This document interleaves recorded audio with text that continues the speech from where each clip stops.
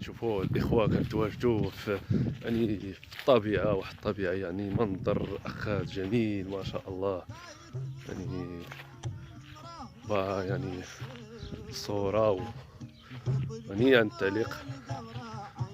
يعني كما كتشوفوا معنا اجواء رائعه.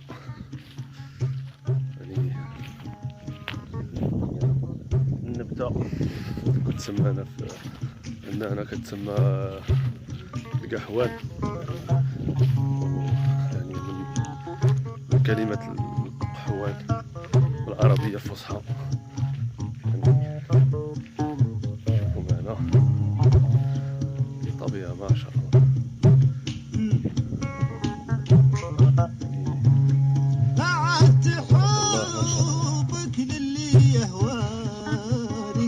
دليتي دلوك يا دلوك شوفي شزاني بايت بالصمرة والدمع سولد الحب القمرة عيني مسالي.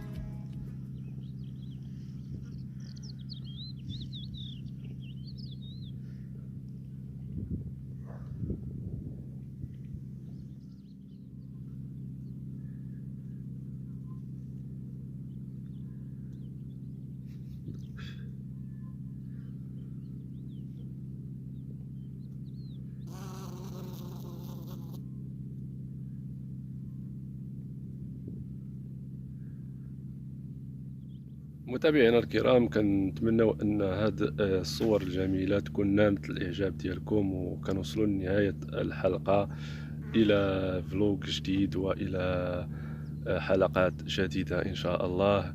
ما تنساوش تدعموا القناه وعبر الاشتراك والدين جيم وكومنتير، والى اللقاء ان شاء الله.